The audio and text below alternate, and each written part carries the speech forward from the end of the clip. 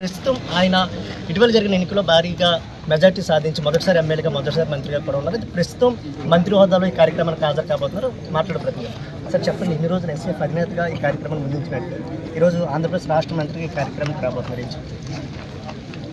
2022 ఒక నాంది పలికం. అందరం కలిసి ఉండాలి, ఇరు రాష్ట్రాల మీద కలిసి ఉండాలి. ఎందుకంటే కులంలోనే కొంతమంది వ్యక్తులు కానీ శక్తులు కానీ చేరి దాన్ని విచ్ఛిన్నం చేస్తా ఉన్నారు. విచ్ఛిన్నం చేయడమే కాక కులాల మధ్య కుంపట పెడతా ఉన్నారు. వీళ్ళని మనం గుర్తించాలి, వెంటనే పక్కన పెట్టి వీళ్ళని ఒక కార్యక్రమం చేయాలని చెప్పి కొంతమంది అమలాపురం నాయకులు పక్కన పెట్టి 2022లో యువత ముఖ్యంగా మహిళలు అందరం కలిపి ఒక మీటింగ్ వేసుకుని మేము ముందుకు సాగాం. ఆ రోజున 25,000 మంది వస్తారనుకోండి, 50,000 మంది వచ్చారు. అది ఎస్ఐఎఫ్ ఆధ్వర్యంలో మనం చేయడం జరిగింది. అలాగే 2023లో మరి అది ఫెయిల్యూర్ అవుతుందని నెపంతో కొంతమంది పెద్దలు అదే విధంగా విమర్శలు చేశారు. ఆ సంవత్సరం కూడా 60,000 నుంచి 70,000 వస్తారంటే 1,00,000 దాటి వచ్చారు.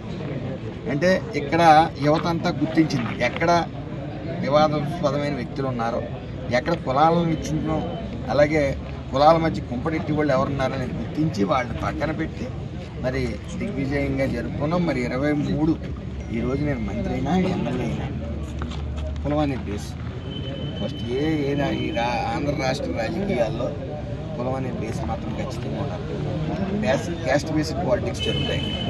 సో అక్కడ మేము 2022లో 23లో జరిగినది నా పిలుపు మేరకి అందరూ రావటం, నా మీద నమ్మకం ఉంచడం, మరి ఈ రోజున నన్ను గుర్తింపు తెచ్చేలా చేసింది. 1,00,000 మంది దాటి వచ్చిన రోజున మరి విజనరీ నాయకుడు నారా చంద్రబాబు నాయుడు గారు కానీ, పవన్ కళ్యాణ్ గారు కానీ, లోకేష్ గారి దృష్టిలో పట్టడం, మరి నేను వెళ్ళి వాళ్ళని అభ్యర్థించడం, నాకు ఎమ్మెల్యే సీట్ ఇవ్వమని వాళ్ళు వెంటనే ఇవ్వటం, మరి అలాగే రామచంద్రపురం నియోజకవర్గ ప్రజలందరూ కూడా నన్ను నమ్మి, అలాగే పార్టీ సిద్ధాంతాలు నమ్మి, ఎన్డీఏ కూటమిని నమ్మి మరి గెలిపించడం జరిగింది. జీవితాంతకాలం ఏదైతే మా మా సంఘీయులు, అలాగే రామచంద్రపురం నియోజకవర్గ ప్రజలు, ఈ రాష్ట్ర ప్రజలందరినీ గుండెల్లో పెట్టుకుని మరి నా చేతనైనంత సేవ ప్రభుత్వం తరపు నుంచి చేయడానికి సిద్ధంగా ఉంటాను. అనునిత్యం ప్రజలతో పాటు మమేకమయ్యే ఉంటాను. సార్ ఇటీవల అంటే మీరు మంత్రి హోదాలో కొన్ని కార్యక్రమాలు కూడా హాజరవుతుంది, సెక్టిబుల్గా ఉండబోతున్నారు.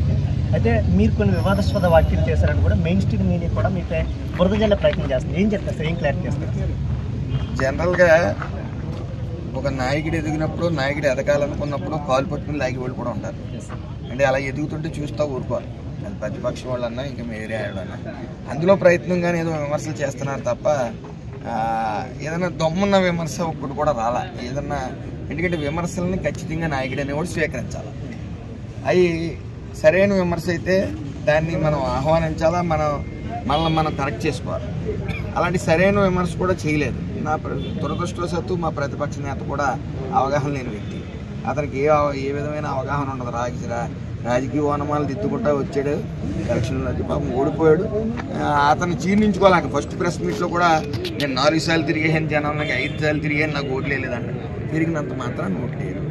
పార్టీకి, ఆయన నమ్ముకున్న పార్టీకి కొన్ని సిద్ధాంతాలు ఉండాలి, కొన్ని మంచి చేసి ఉండాలి. అవి ఏం చేయకుండా ఇతను కూడా సడన్గా తండ్రి పేరు చెప్పి పాలిటిక్స్లో వస్తాడు.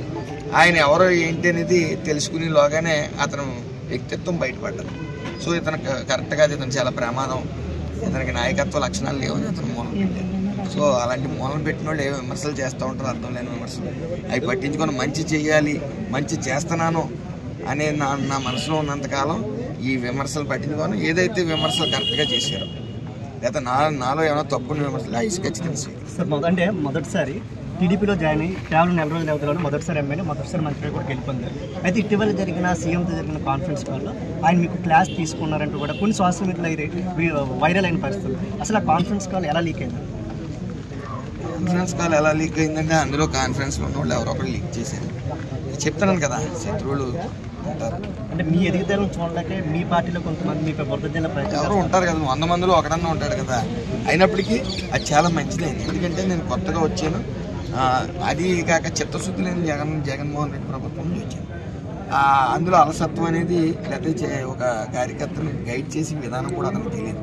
సో అది ఆ పార్టీ వేరు, ఈ పార్టీ వేరు. సో సో అలాగే కొద్ది అశ్రద్ధగా ఉంటాం నా తప్పు. చంద్రబాబు నాయుడు గారు తండ్రి లాంటి వారు, హెడ్ మాస్టర్ స్థాయి హెడ్ మాస్టర్ లాంటి వారు. మాలాంటి వాళ్ళందరికీ కూడా మంచి నేర్పడంలో కమిట్మెంట్తో ఎలా ఉండాలో నాయకుడు అనేది ఆయన చూసి నేర్చుకోవడం కాక ఆయన మాటలు చూసుకొని నేర్చుకోవాల్సిన పరిస్థితి. ఆయన నన్ను తండ్రి తిప్పినట్టు మందలించారు. అందులో తప్పు అయితే బయట ఎలా కనబడుతుంది నాకు తెలియదు, కానీ అది నేను కరెక్ట్ చేసుకున్నాను. దీని వెంటనే సభ్యత్వాలు పెంచిన తర్వాత ఆయన దగ్గరికి వెళ్ళి కూడా అభినందించడం జరిగింది. సార్ ఫైనల్ జిల్లాకు చెందిన వైసీపీకి చెందిన మాజీ మంత్రి కూడా సుభాష్ తాంపై కక్షపూర్తిగా రాజకీయాలు చేస్తున్నారు అంటూ కూడా విమర్శలు చేస్తున్నారు. ఏం చెప్తారు సార్? అంటే జిల్లాలో సుభాష్ కక్షపూర్తి రాజకీయాలు ప్రోత్సహిస్తున్న పరిస్థితి ఉందా? సుభాష్ కక్షపూరిత రాజకీయాలు చేస్తున్నాడు అనేది ఏ రకంగా చెప్తున్నారు? అతను చేసిన 5 ఏళ్లలో పెండింగ్ కేసులు ఉన్నాయి, మర్డర్ కేసులు. ఒక సూటుగా అడుగుతా ఉన్నాను ప్రెస్ వాళ్ళని కానీ సభ్య సమాజ ప్రజలను కానీ, ఒక కేసు 2 సంవత్సరాల్లో నిర్వీర్యం చేసి అది మర్డర్ కేసు అయినప్పటికీ, ఆయన సొంత సామాజిక వర్గం అయినప్పటికీ, ఏ సామాజిక వర్గం అయినా సరే మర్డర్ కేసు అనేది ఒకటి తేల్చాలి. మరి ఏం తేల్చకుండా అలా 2 సంవత్సరాలు ఎందుకు పడుకోబెట్టాలి ఆ కేసుని నేను ఒకటే చెప్తా ఉన్నాను. నేను వెళ్ళి ఐజీ గారికి ఇవ్వడం జరిగింది. పెండింగ్ కేసు, ఇంకో కేసు కూడా ఉంది, అది కూడా నేను 2 రోజుల్లో మళ్ళీ ఐజీ గారికి ఇవ్వడం జరుగుతుంది. అది కూడా పెండింగ్, మర్డర్ కేసు ఈ జిల్లాలోదే. మర్డర్ కేసు కూడా పెండింగ్ ఉంది. దాన్ని కూడా తీసుకెళ్ళి సోదరు 26-27లో ఐజీ గారికి ఇవ్వడం జరుగుతుంది, డీజీ గారికి కూడా. ఏంటంటే అందులో ఎంక్వైరీలో భాగంగా పేర్లు వచ్చినాయి, ఆయన ముద్దాయిని తేల్చారు. దాంట్లో ఇంకా కక్షపూరిత రాజకీయాలు ఏమున్నాయి మేము క్లియర్గా తెలుస్తుంది. 2 సంవత్సరాలు పడుకోబెట్టారు అధికారంలో ఉన్నప్పుడు. తెరిస్తే దొంగలు బయటపడ్డారు. దొంగలంటే మర్డర్ చేసిన వాళ్ళు బయటపడ్డారు. అలాగే ఈ అమలాపురం నియోజకవర్గంలో మర్డర్ ఫర్ గెయిన్ చేసేవాళ్ళు కొంతమంది ఊళ్ళు వదిలిపెట్టి పారిపోయారు. వీళ్ళెవరిని ఉపేక్షించేది ఏమీ లేదు. మరి ఇంకో మర్డర్ కేసు తీస్తున్నాం, ఇంచుమించు అందులో కూడా వీళ్ళే ఈ కొంతమంది ఈ మర్డర్ ఫర్ గెయిన్ వాళ్ళు అందులో కూడా ఉన్నారు. మన అపోహం ఉక్కు పాదంతో తొక్కుతాం. అలాగే పీడీ యాక్ట్లు కూడా వాళ్ళ మీద పెట్టడం జరుగుతుంది. ఈ మర్డర్ ఫర్ గెయిన్ బ్యాచ్ ఏదైతే ఉందో అందులో వాళ్ళని ఉపేక్షించే మార్గం ఆలోచనే లేదు. ఎట్టి పరిస్థితిలో రాబోయే కాలంలో ఈ మర్డర్ ఫర్ గెయిన్ ఎవరైతే ఉన్నారో, శాంతి భద్రతలకి అడ్డుపడతా ఉన్నారో, విఘాతాలు సృష్టిస్తూ ఉన్నారో వాళ్ళని మాత్రం ఉపేక్షించే పని లేదు. మీరు రాబోయే కాలంలో అంతా ప్రశాంతమైన వాతావరణంలో మొత్తం రాష్ట్రం అంతా ఉంటుంది, అందులో సందేహం లేదు. దానికి తగ్గట్టు కూడా ఇక్కడ కొన్ని యాక్టులు తీసుకురావడం జరిగింది. ఇలా గంజాయి బ్యాచ్ కానీ, ఈ రౌడీ షీటర్లు కానీ ఎవరైనా సరే ఒక్క అడుగు తేడా అడుగు పడినా, చిన్న అడుగైనా సరే